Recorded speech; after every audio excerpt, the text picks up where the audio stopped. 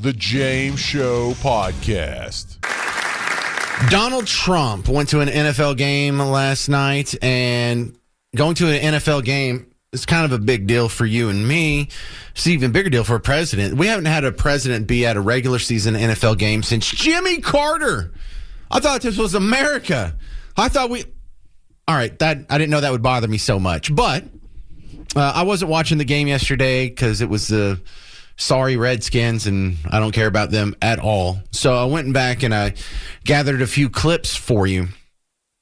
And here's the ones that you're going to think are interesting. So there was like an oath swearing-in ceremony at halftime for some military recruits. I thought he was doing the swearing-in ceremony for some new naturalized citizens, which would have been really cool.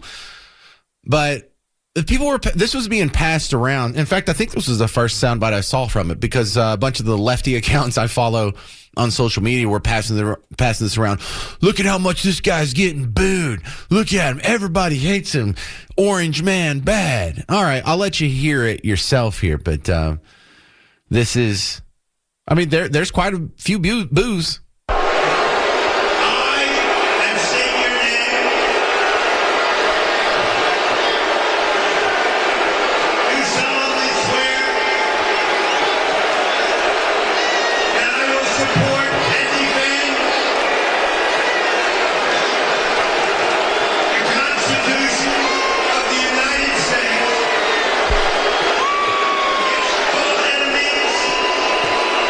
All right, so apparently people in D.C. have strong opinions on politics. Who would have thought, huh?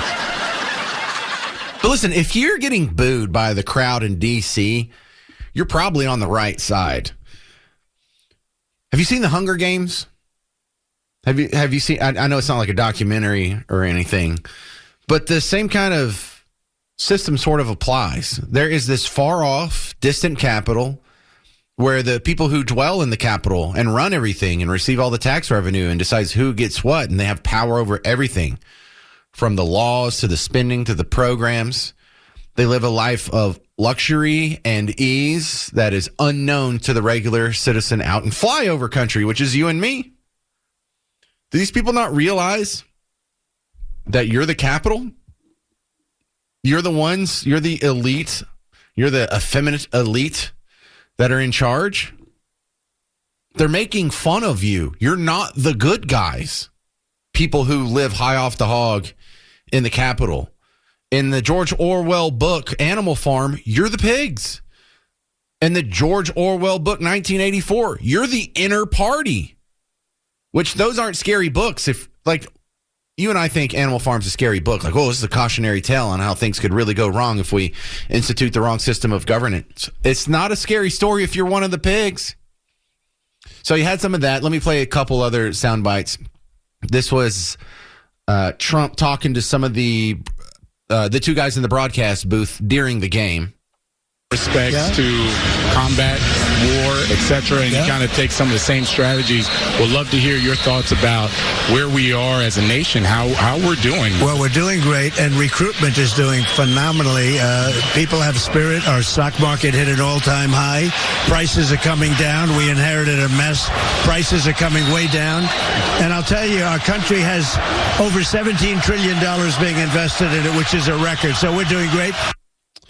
So that seemed kind of normal. And then there was another little piece of drama, intrigue, if you will, when Amon-Ra St. Brown, the receiver, got a touchdown, did a dance in the end zone, and it was the Trump dance. You know, the thing where he moves his two fists back and forth in opposite timing. So that you can't see it, but just know you'll hear the call. He gets the touchdown. He starts doing the dance. And then another teammate next to him starts doing the dance with him. And the crowd seems to like it. Goff on the slant to St. Brown. He is in for a Lions touchdown. Yeah, and there's the dance. Yeah, see, that seemed to go over pretty well. So that was Trump at the game yesterday. Little bit of a mixed bag, wasn't it? 800-288-9227, 800-288-9227. Dude, if I was president, I'd be going to like every third Cowboys game. I'd be like, what is it, an away game? Where is it? Tampa Bay? Going. It's a nice stadium. That's nice weather. Let's go. I'd be abusing that privilege. Coming up next on the James Show, Victoria Churchill coming back on from the Daily Mail. Victoria, so this shutdown compromise, I have some strong opinions on it here. Number one, it seems like the Republicans got everything that they were asking for. Not that means it's a big win for the Republicans, but that means this whole 40-day fiasco seemed to just be centered around the election and not any real principles in the bill itself. Yeah, absolutely. And as always, great to be back on with you. So we're expecting a vote tonight to begin the process of ending the shutdown. Now, I want to talk about the fact that with Republicans, this in itself is not a fiscally conservative piece of legislation. I think that's kind of what you were alluding to. Very much so, yes. Maintains the Biden era spending.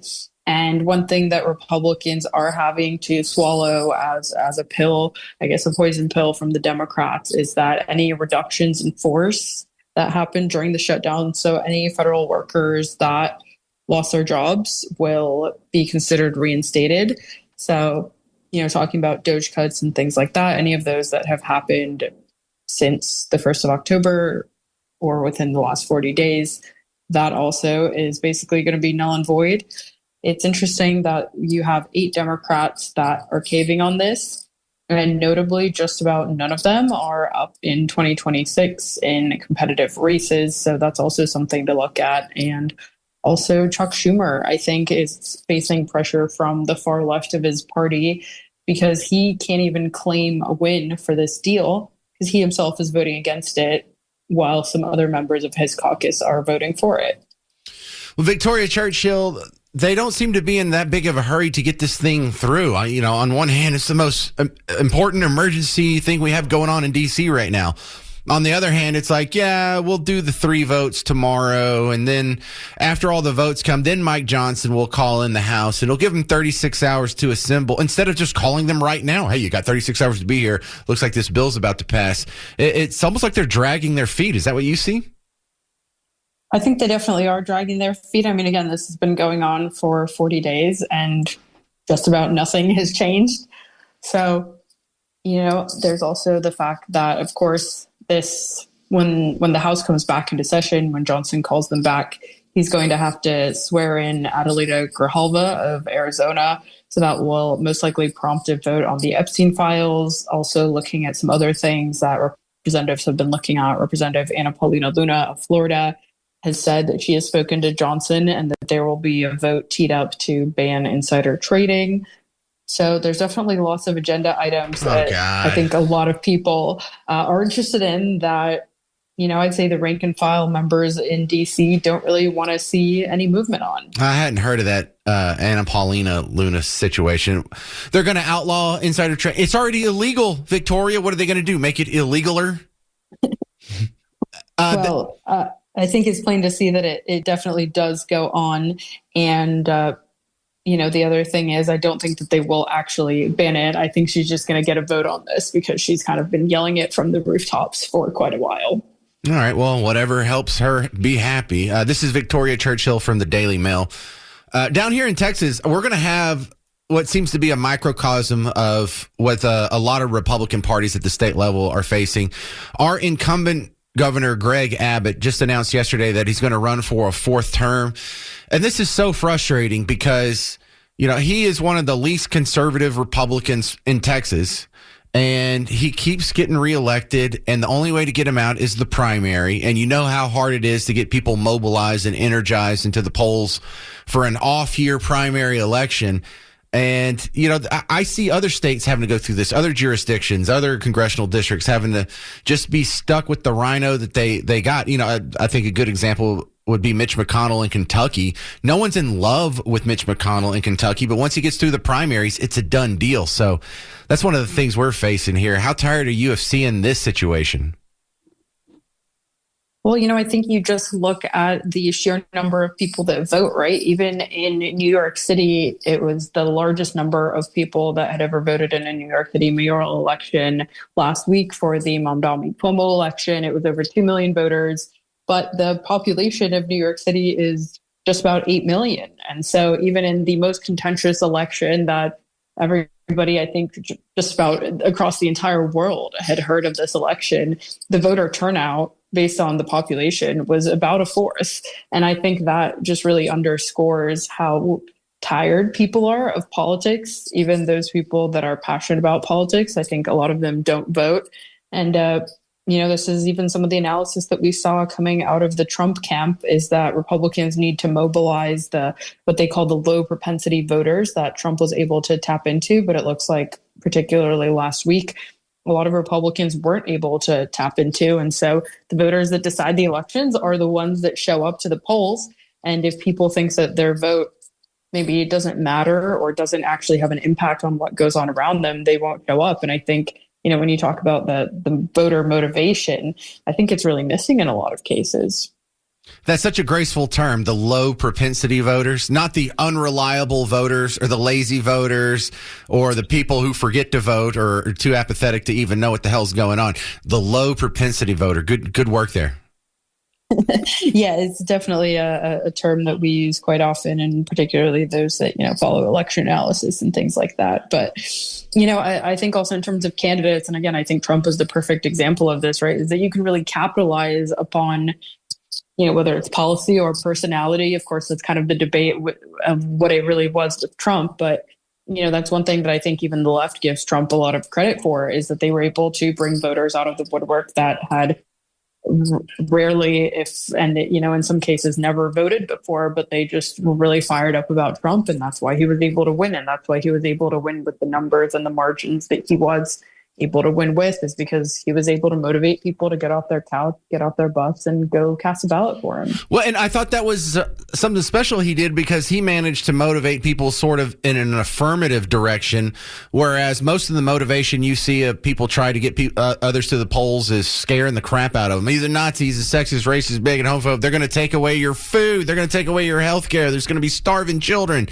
And he was like, hey, I'm a cool guy. You know me from TV. You know me from all the other media appearances I've done, WWE, Home Alone.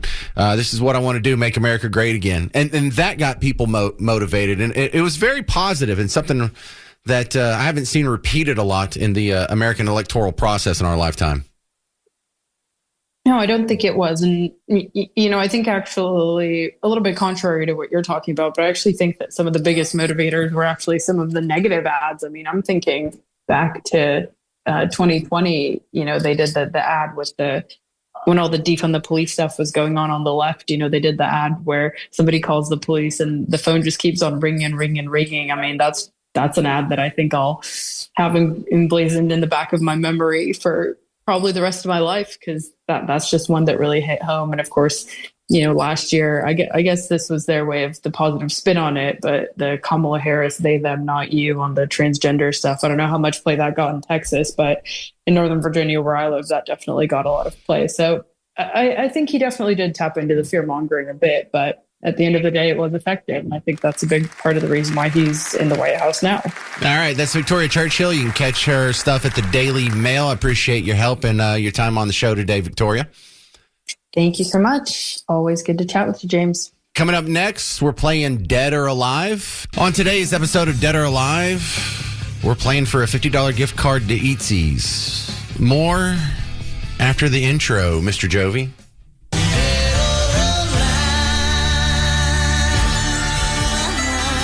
Thank you, Mr. Jovi. Welcome to Dead or Alive. This is the game show where I'm going to give you 10 celebrities, and you have to tell me if they're dead or alive. I know, it sounds like a 50-50 proposition. It is, just 10 times in a row.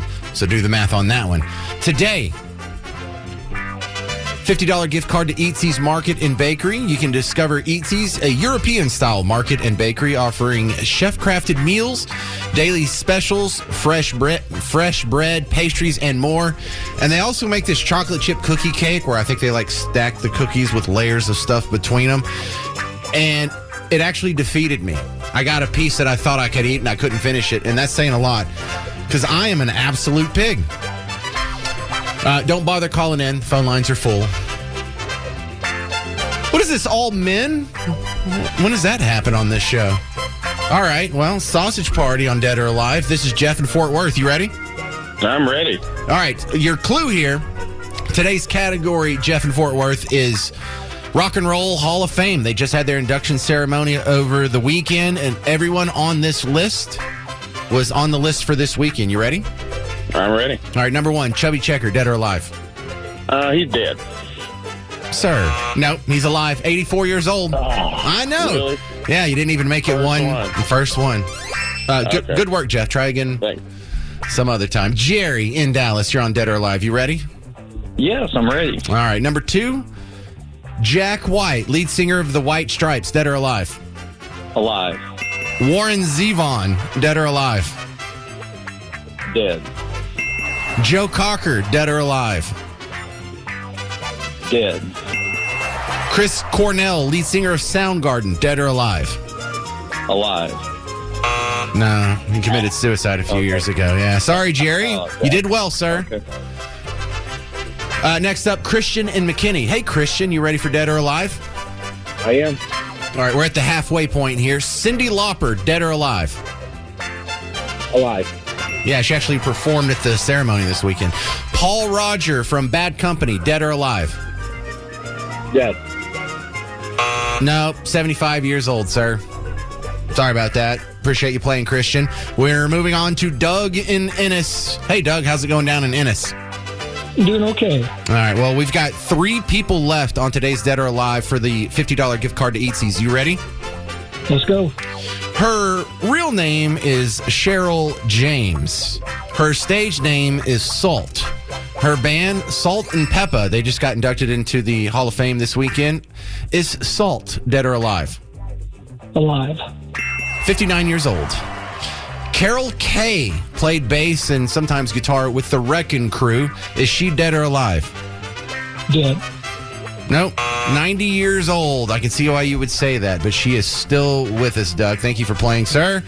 So finally we go down to Mark and Allen, and since this is the last person, we're going to get a winner or not just on one question. You ready, Mark and Allen? Yeah, I'm ready. Okay, his name is Nicky Hopkins. He just got inducted into the Rock and Roll Hall of Fame for being a piano session musician for the Rolling Stones, the Kink, the Who, and a bunch of other people you've heard of. But Nicky Hopkins, is he dead or alive? I'm going to go with dead. There you go. That's all it took. Mark Allen, congratulations, sir. You are the big winner on today's episode of Dead or Alive. You're going to get a $50 gift card to Eatsy's Market and Bakery. Discover Eatsy's, a European-style market and bakery offering chef-crafted meals, daily specials, fresh bread, pastries, and more. And I highly recommend their cookie cakes. Thank you very much, Mark and Allen. You did a great job there. You only had to answer one, and you didn't screw it up. So I want to put you on hold. Garrett will get you info. We'll mail it to you, all right? All righty. Thank you. All right, now let's talk about Eatsy's making me hungry. For the rest of you, if you haven't checked out Eatsy's, there's 3 locations in Dallas that I know of. I don't know if it's everywhere, but it's pretty good. They end up doing a lot of our events, so we get a lot of catering from them here at Cumulus. And I'm a big fan of their work, that's for sure. Now, my next guest is going to be Monty from the morning show. The WBAP Morning Show. I know, get excited real quick. All right, now let's talk about this event that's happening tomorrow, because this sounds really cool. And I hope, Monty, this starts to be an annual tradition where WBAP, like WeatherCon, just turned into something we do every year. I think this should turn into a yearly event. Well, I don't know if you've been out to the Medal of Honor Museum yet. It is just it's an unbelievable facility over there. It looks really cool, and I thought, when I first went over there, I thought, oh, man, I'm probably going to walk through this thing in about 15 minutes. I could have stayed for 2 days. It is so interesting. They have so much cool stuff out there to see. And then, of course, we'll all be out there, which that's bonus, obviously. But it really is a neat event. And I'm with you. I kind of hope this turns into something that we do every year, because I do think that the museum itself is just, it's such a wonderful venue. I think the work that they're doing out there is terrific. If you've never had a chance to go out, You really need to go out and see it. And of course, again, we just gave you a really good excuse to do it tomorrow, not just because it's Veterans Day, but because we'll all be out there. So there's a tour that's supposed to happen. I was told that the morning show, y'all are going to come out there after you do your morning show. Casey will be broadcasting live, but at 11, there's going to be, is someone like a professionally leading us on the tour? Or are we just going to kind of mosey around and take a self-directed lap? Or is there an actual event going on? I seem to be unclear on what's happening at around 11. I can only say this. I hope it's not me, because I've only been through it once, and I'll make a terrible, absolutely lousy tour guide. I think it is a guided tour.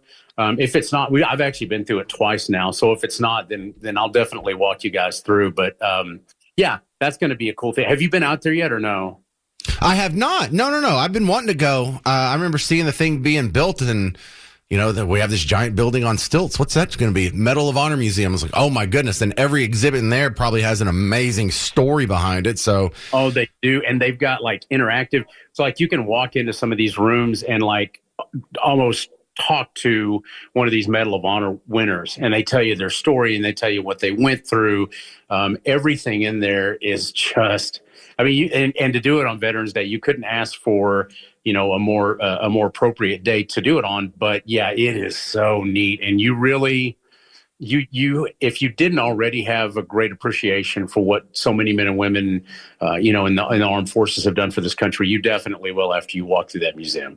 All right, so you guys are going to be out there from 11 to 2. Casey's broadcasting from 9 to 11. I'll be broadcasting from 2 to 5. Then we wrap it up from there and go home. Is everyone from the morning show going to be there from 11 to 2? To the best of my knowledge, I know Ernie, Hal, Carla, myself. I don't know if Brad's going to be out there. He may not be out there. Because, weather can break on a second. We really need to keep him in his cage over there at the studios, because what happens if it gets colder? But I think the rest of us will be out there, yes. We'll let Brad out of his kennel if the weather's looking good. Only if the weather's good. Otherwise, get right back in there. All right. So for the people who are on the fence about going, what do you tell them?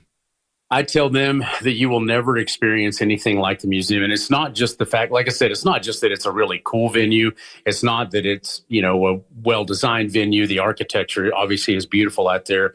But you will see things in there and experience things in there and hear the stories from the people themselves that actually won the Medal of Honor. And, it doesn't take, it's not one of those things they just hand out to everybody to get a Medal of Honor. It takes a lot. And a lot of people, when they get the Medal of Honor, they receive it posthumously because they didn't even live through the mission that they got the Medal of Honor for.